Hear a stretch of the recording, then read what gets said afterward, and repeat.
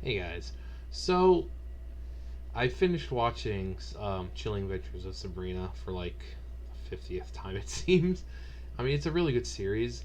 If you get past like the SJW bullshit, I think within the first few episodes of the first season, they bring up the words like misogyny and down with the patriarchy, and like in every episode, Lilith, or posing as Miss Wardwell, is constantly bashing on men. You know, men are useless, and they always have to fight all the time, and you can't leave them to do what they want because they just ruin things and this and that. And it's like that the first season. The second and third, not so much, but they still bring up men bad. Um, but the third season was really interesting. But before we get that, if I would strongly recommend watching all of it. Each episode is like 55 minutes long, so it's going to take you a while to get through all three seasons. But it is well worth it. Like I said, if you're not wanting to be preached to, just push through it. I didn't think I would make it through the first season because it's just every episode they were complaining about something about men. And like I said, when they outright say misogyny and down with the patriarchy, it's like you can tell who this was written by. And then when you look at the guy who like helped write it, you can tell, you're like, yeah, it's kind of obvious. But like I said, just push through it because it's well worth it. um, Now, season 3 has a lot of implications because, well, first off, there's a lot of shit going on in season 3. The first episode starts with Sabrina and friends going to hell to try to get Sabrina's boyfriend out of hell. Um, so there's that. We're introduced to characters there who are going to play a part in in later on in the season. So we've got the breaking into hell as a plot point. We have the hierarchy of hell who doesn't accept Lilith as ruler, so Sabrina takes the throne, and then she's challenged by Prince Caliban, who is not really prince, but he was forged out of clay, or not forged, but made out of the clay of hell. And there's that. There's the pagans coming in, who are old, like some of the oldest beings in on Earth and in the universe. They're trying to resurrect the Green Man, so there's that plot point. Um, there's a plot point between Nick and Sabrina. Nick dealing with having Lucifer inside of him, the constant struggle, and then even after he's out, Nick is still going through this hardship of having residue, like a little bit of satanic blood inside of him, causing him to still feel pain and agony and all that great stuff. I mean, great stuff for them because that's um,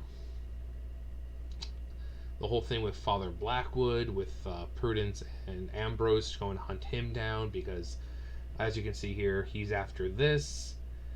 Um, this is a egg, and it's got a deep one embryo type thing in it, given to Blackwood by a deep one.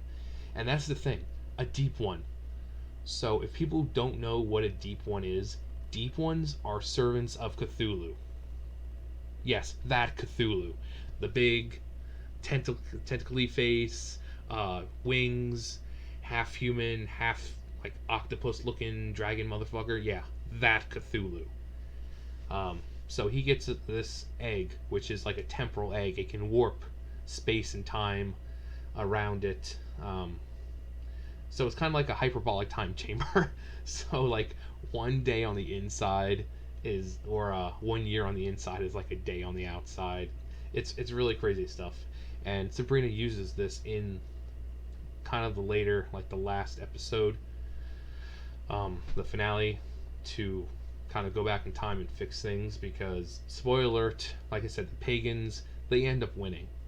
They end up reviving the Green Man using Harvey because they need a virgin, and he's the one who kind of gets killed in order to restore and feed the Green Man. And the pagans completely take over. Caliban becomes king of hell, but then he marches upon Earth, trying to form a new hell to the 10th circle, make the 10th circle. He's defeated. Um, Heaven goes into hell and defeats all the demons there, so hell is completely barren. And everyone's dead. Everyone except for Ambrose, Blackwood, and maybe a few others. Because, yeah. But, yeah, so this time egg has a lot of implications given the fact that it was given to Blackwood by a deep one. Now, what does that say? If there's Cthulhu, could we be seeing Cthulhu? Could we be seeing Sabrina, first Cthulhu? And also, there's another setup. There's two Sabrinas now in the timeline. There's Sabrina, who is being the teenager, and Sabrina, who's now Queen of Hell. Basically, when she goes back in time, it's during the thing for the whole unholy regalia. She meets her past self and says, "Hey, instead of going there, hey, I've got a proposition for you." So that guy, Caliban, he's disguised as Judas right now, and he's going to tell you to give him the 30 pieces of silver, and then you're going to end up in the stone, and he's going to win. So how about you take those, and you kind of tease him, and then go back to hell and show that you've won, and you become queen, because I know you want to, and I can stay here and be a teenager like I want to. So that's ended up pretty much as long short of it. So there's two Sabrinas, and there's a question of like, what happens if they run into each other? Which, kind of stupid, they know about each other. But it's like, what about Lucifer? What about Lilith? What about, Evan Zelda and Hilda end up going to hell for some reason? They say, oh, like, wait, why is there Sabrina here when there's a Sabrina, So people were thinking maybe there's going to be some setup for a Sabrina versus Sabrina battle. But there's... But like I said, the biggest implication is the old ones, Cthulhu.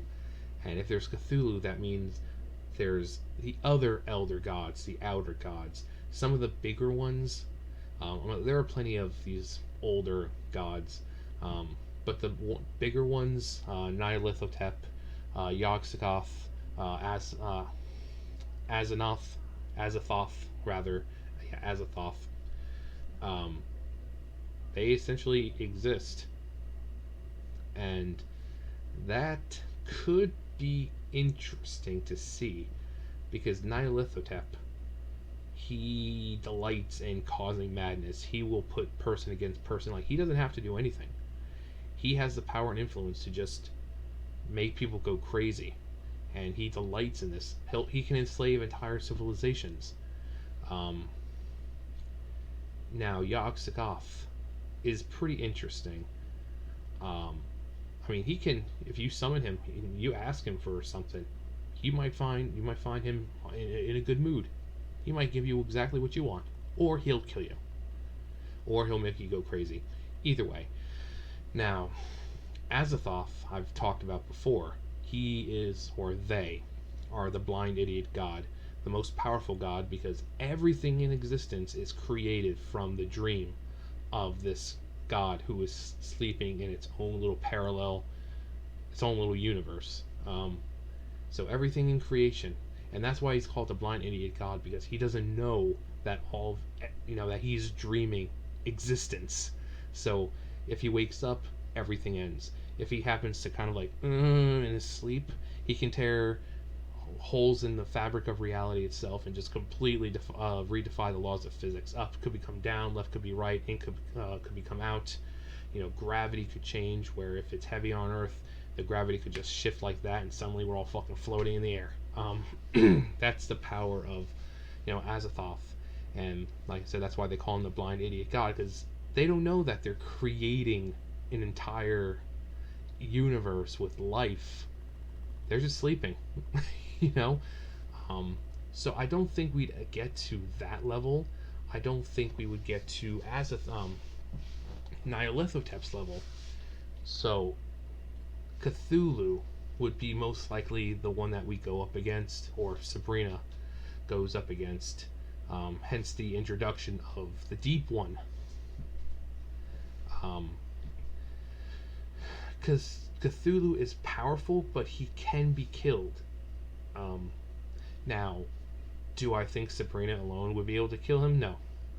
I mean, it would take Sabrina. Most likely it'll take Sabrina, the entire Church of Night, Lucifer, Lilith, most likely Heaven, because Cthulhu is like the way the pagans and all of them put it, that these gods existed long before God, and long before Lucifer, and long before anything existed. They are the true gods of the universe. So I think it would take more than uh, some witches to take him down. You have to take his size into account. You have to take his army into account. But I mean, Blackwood slaughtered a deep one by cutting its throat. So they're not that hard to take down. But imagine an army of them. Most likely with an awakened Cthulhu, most likely empowering them, protecting them. So they might be a little more difficult to take down, especially if you go down to their city and you're in their territory, which I would love to see their city, because they've got an entire underwater city that they inhabit. So I would love to see that side. We've seen the Earth realm, of course. We've seen Hell. We have yet to see Heaven, but I'm sure we're gonna see it next season. Which I don't know when it's gonna come out. I think next season said it's like 2021, which is kind of crappy. But so we're gonna probably see Heaven. They've mentioned Heaven a few times, and hopefully we get to see this underwater city of the deep ones. But Cthulhu, fucking Cthulhu, I would love to see a interpretation. Do I think he'll be humongous? Hopefully. It really kind of depends on the budget, because making a creature that large CGI takes a lot. But I'm sure they'll find a way to work it in. But the Eldritch Terrors, the creations of H.P. Lovecraft, the Cthulhu mythos, and we're going to be seeing them, hopefully. Some of them, I mean, Nyarlathotep would be the easiest one to do, because he can take the form of anything. He could be walking among you and look like one of your friends, your family. He could look like an elected official. He could look like a friendly policeman or a fireman or your dog, or he could be anything. That's what's so scary about Nyarlathotep. And the other great thing about these things are, I want to see some point seeing them in their true forms, because they are just an amalgamation of tentacles and eyes and basically a human. Our brains are incapable of processing their true forms, and you will go mad and insane just from trying to comprehend what they are. So just looking upon one of these things is enough to drive someone crazy, and not like, God, I can't. No, like brainless, insane, padded cell crazy. So I would love to see kind of like a teaser of maybe Nyarlathotep walking among everyone and stumbling across someone who he reveals his true form to, and you see them go fucking batshit crazy and start babbling, and but yeah, that's what I would like to see. But season 3 was just, there was too much shit going on.